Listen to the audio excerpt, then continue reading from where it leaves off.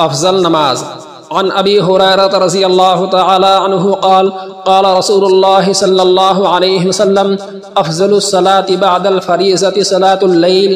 سیدنا حضرت ابو ہریرہ رضی اللہ تعالی عنہ سے روایت ہے، وہ بیان کرتے ہیں کہ رسول اللہ صلی اللہ علیہ وسلم نے فرمایا، فرض نماز کے بعد سب سے زیادہ فضیلت والی نماز رات کی نماز ہے، یعنی تہجد کی نماز ہے۔ فائدہ: رات کی نماز کو قیام اللیل، نماز تہجد اور نماز تراویح بھی کہا جاتا ہے۔ انبیاء، اولیاء اور متقی لوگوں کے ایمان کی علامت ہے کہ وہ رات کی نماز سے غفلت نہیں برتتے، جیسا کہ قرآن و حدیث سے واضح ہے۔ ارشاد باری تعالی ہے، تتجافى جنوبهم عن المضاجع، اہل ایمان کے پہلو ان کے بستروں سے دور رہتے ہیں۔ دوسری جگہ ارشاد ہے، كانوا قليلا ما يهجعون، اہل ایمان متقی لوگ دنیا میں رات کو کم ہی سویا کرتے تھے۔ حضرت ابو امامہ باہلی رضی اللہ تعالی عنہ سے روایت ہے کہ رسول اللہ صلی اللہ علیہ وسلم نے فرمایا، علیکم بقیام اللیل فإنہ دأب الصالحین قبلکم وہو قربۃ لکم الی ربکم مکفرۃ للسیئات مطہات عن الإثم۔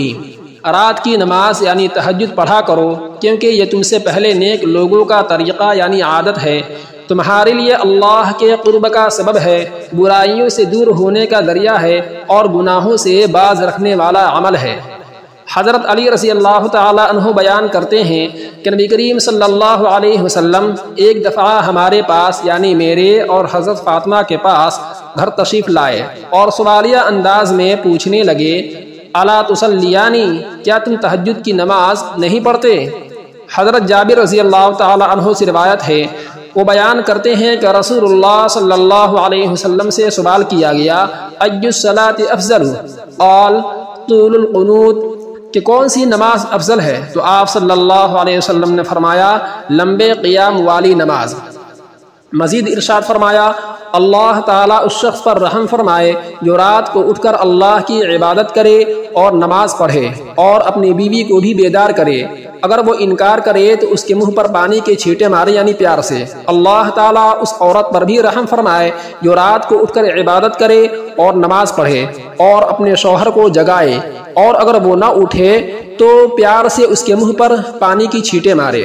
حضرت جابر رضی اللہ تعالی عنہ سے روایت ہے کہ میں نے رسول اللہ صلی اللہ علیہ وسلم کو فرماتے ہوئے سنا، ان فی اللیل لساعۃ لا یوافقها رجل مسلم یسأل اللہ تعالی خیرا من امر الدنیا والآخرہ الا اعطاہ ایاہ وذلک کل لیلۃ۔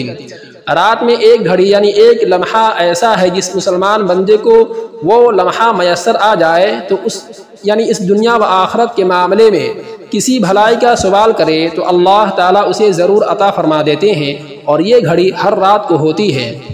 آپ صلی اللہ علیہ وسلم نے فرمایا کہ رات کو آخری پہر میں اللہ تعالیٰ آسمان دنیا پر تشریف لاتے ہیں اور کہتے ہیں کہ میں بادشاہ ہوں، جو مجھے پکارے گا میں اس کی دعا ضرور قبول کروں گا، اور جو مجھ سے مانگے گا اسے میں عطا کروں گا، اور جو مجھ سے بخشش طلب کرے گا میں اسے بخش دوں گا۔